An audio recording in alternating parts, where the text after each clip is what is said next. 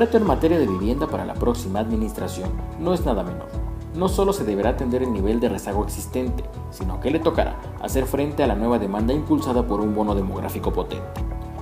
En palabras de Aurora García, vicepresidenta de Vivienda de la Cámara Mexicana de la Industria de la Construcción, CEMIC, en este contexto, uno de los principales desafíos se centrará en encontrar los mecanismos para brindar soluciones habitacionales a los trabajadores que se encuentran en rezago y que perciben bajos salarios.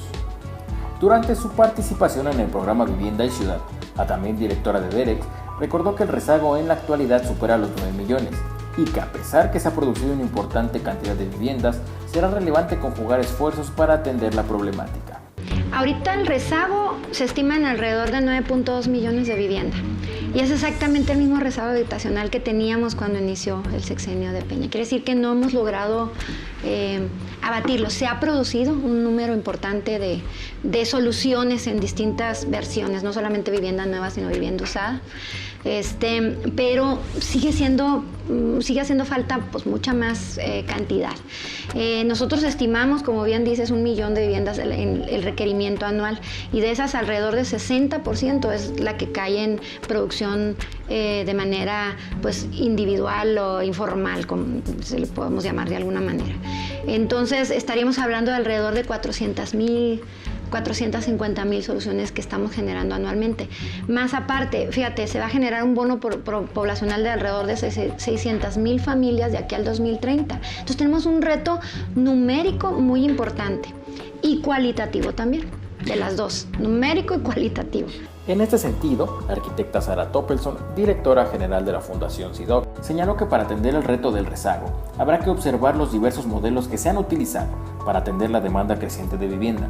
Apuntó que será relevante analizar la experiencia de otras naciones en aras de impulsar mecanismos para México. Hay que recurrir a fórmulas que, sin, como dices, inventar el hilo negro, ya existen y comenzarlas a probar y a tropicalizarlas en nuestro país. Por ejemplo, algo que se trató de hacer en Nueva York y muy estimulado por el entonces alcalde Bloomberg, es que trató de convencer a los desarrolladores que pues en Nueva York hacen edificios de departamentos que son verdaderamente no asequibles para el 90% o el 95% de la población. Les decía, miren, esto genera exclusión y ustedes necesitan de la otra población para funcionar. ¿Por qué no hacemos edificios donde un piso o una zona sea de viviendas para la población de menores ingresos y tengamos una reglamentación de quién entra y quién no entra? Y también un reglamento de comportamiento. Bueno, pues lo hicieron. Todos conocen dónde está el High Line, ¿no? Este parque elevado que hicieron sobre las vías abandonadas del tren. Ahí se hizo un edificio de unos 40 departamentos de gran lujo. Bueno, pues les dio oportunidad de que hicieran 50 o 52, pero esos 12 de vivienda pequeña para la población de empleados. Y hasta hoy está funcionando muy bien. Por otro lado, a decir de Eduardo Torres, director de la agencia de consultoría AI360, para atender el rezago y la demanda del futuro, es fundamental entender que las necesidades de vivienda han cambiado y que a la fecha son múltiples. Consideró que la industria deberá partir del hecho que hoy en día es necesario crear soluciones que se adapten a los diversos segmentos. Sí está cambiando y es algo en lo que la industria tiene que irse adecuando a las necesidades de las nuevas generaciones. Me parece que a lo largo del tiempo hemos visto cómo la vivienda se ha vendido básicamente como un producto estandarizado sin pensar necesariamente en el comprador, y hoy vemos cómo los compradores se han hecho más sofisticados, más demandantes, demandan servicios específicos, específicamente en el tema de los millennials, cómo buscan ciertas comodidades, ciertos servicios. Hoy las familias de las nuevas generaciones pues tienen ambos miembros que trabajan, ocupan menos espacio en áreas digamos que antes eran muy importantes de convivencia. Hoy la cocina tiene que ser un lugar mucho más práctico, los hogares son de menos miembros y los servicios se buscan que estén integrados dentro de la vivienda, los servicios básicos, que tengan conectividad, que haya funcionalidad en la vivienda. Me parece que al al irlo entendiendo, ir entendiendo el comportamiento y los intereses de los compradores, tenemos un mercado que atender que es mucho más atractivo. En lo referente, Sergio Leal, director de la desarrolladora Vinte, compartió la visión planteada por Torres y añadió que la demanda cambia y las necesidades de vivienda son heterogéneas. De manera particular, expuso que para atender la demanda de vivienda y el rezago, hay que entender las necesidades de las personas. Yo comentaba que los coches compactos nacieron para aquellas personas y familias que son pequeñas. Hoy en día la pregunta de todos es ¿cómo le vendes un millennial? Y no necesariamente la pregunta es al millennial. La pregunta es ¿cómo le vendes a una familia pequeña? Porque la familia pequeña tiene usos y costumbres completamente diferentes a los de las familias grandes. Las estadísticas te van a terminar diciendo si la cocina es grande o es chica. Y eso es algo súper importante, porque muchas veces tú haces viviendas y generas viviendas todas similares, pero no necesariamente la familia es similar. Por eso existe la suburban, el carro compacto, más chiquito, el mediano, con diferentes, la segmentación es completamente diferente. Homero Garza, director de Desarrollo de Mercados de Sociedad Hipotecaria Federal, reiteró que para atender la demanda y reducir el rezago, es importante detectar qué tipo de solución requiere cada familia. Enfatizó que si bien hoy en día hay 9 millones en rezago, no todas tienen que ver con la necesidad de vivienda nueva. Sin duda le tenemos que seguir apostando por la vivienda y dar vivienda a quienes más lo necesitan, pero ahí tenemos que ir canalizando cuáles son las distintas alternativas. No toda la gente en México va a tener un crédito hipotecario, eso es algo que tenemos que entender. Esos 9 millones de hogares de los que siempre hemos hablado, no todos van a tener una solución de un crédito hipotecario. Habrá muchos que necesiten, por ejemplo, un techo firme que durante muchos años hablamos de los pisos firmes. Bueno, pues también están los techos firmes, ¿no? O el acceso a los esquemas más básicos de infraestructura, agua potable, de drenaje, alcantarillado. Eso muy probablemente tenga que salir con recursos públicos, pero habrá que atender a los de la base de la pirámide con eso. A los del medio podemos empezar, como lo he venido diciendo, con apoyos para la vivienda en renta, que no necesariamente tienen que ser subsidios, pueden ser simplemente con facilidades para que se pueda construir más unidades de vivienda en renta y se pueda dar una mayor oferta. Y sin duda, el mercado hipotecario es un mercado que per se tenemos que seguir impulsando. ¿Y por qué? Porque la vivienda es un patrimonio. Y si hace mucho tiempo nos pusimos de acuerdo que era necesario que los trabajadores ahorraran un poco para adquirir una vivienda, yo creo que es algo muy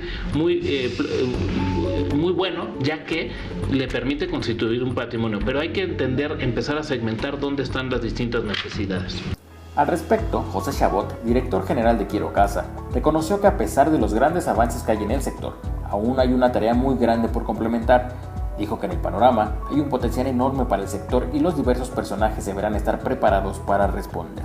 Está claro que la vivienda es un sector muy necesario en nuestro país, que hay un potencial enorme por seguir construyendo vivienda, porque hay una formación importantísima de hogares que se están formando. Pero creo que, acompañando el punto de Horacio, lo que necesitamos hacer es buscar que esas familias no vivan tan lejos de la ciudad, que vivan cerca, que vivan conectadas con los trabajos que van a tener y que vivan conectadas con servicios que les permitan garantizar que sus familias pueden progresar y pueden salir adelante. También los privados son muy responsables de trabajar para construir ecosistemas de ganar-ganar. Los privados tenemos que invertir en infraestructura. No se vale hacer vivienda pensando en que solamente construyo mi edificio y no importa lo que pasa alrededor. Las personas, y la tendencia es a que vivan más cerca de las ciudades, a que vivan en departamentos más chicos, pero ello implica que los servicios de alrededor les tienen que dotar cosas que antes tenían en su vivienda: espacios y áreas verdes, evidentemente infraestructura de agua, infraestructura de drenaje, infraestructura de movilidad. Los privados tenemos que comprometer nuestro presupuesto y tenemos que ser parte de la construcción de esa infraestructura que permita que las ciudades funcionen mejor y que no sean edificios de vivienda aislados, sino que veamos un ecosistema de ciudad en donde el edificio de vivienda es una parte, un subsistema del sistema de ciudad en general.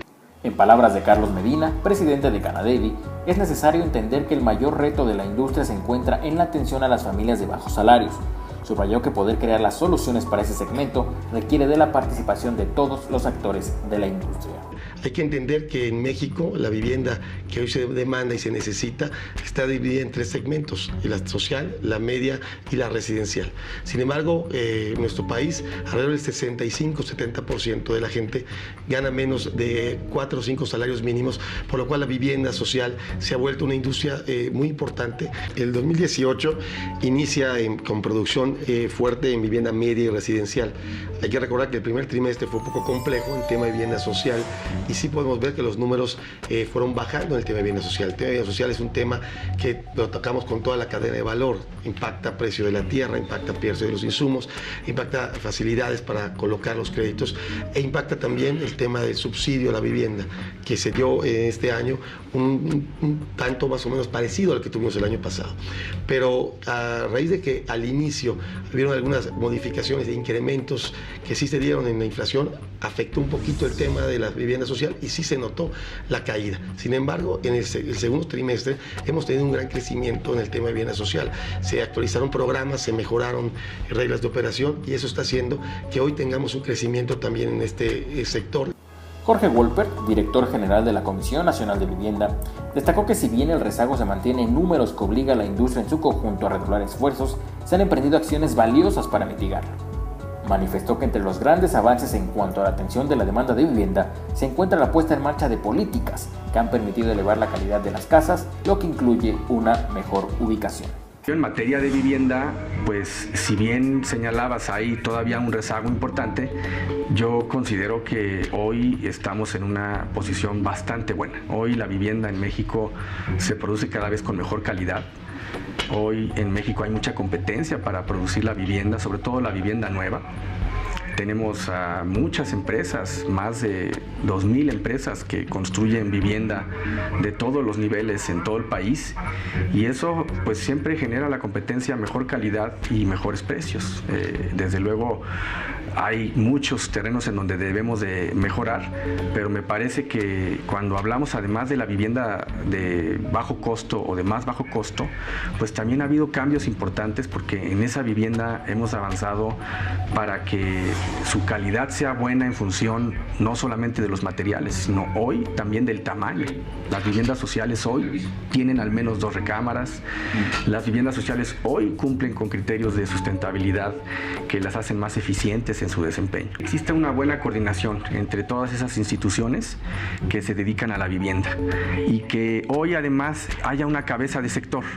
En materia de política pública, el tener una visión territorial de la vivienda genera la oportunidad para que se atienda no como un aspecto financiero, como un aspecto económico, Horacio, sino más bien como un tema que pone en el centro de esa política de vivienda a las personas y cómo mejor atender las necesidades de vivienda, que no siempre se trata de una vivienda nueva.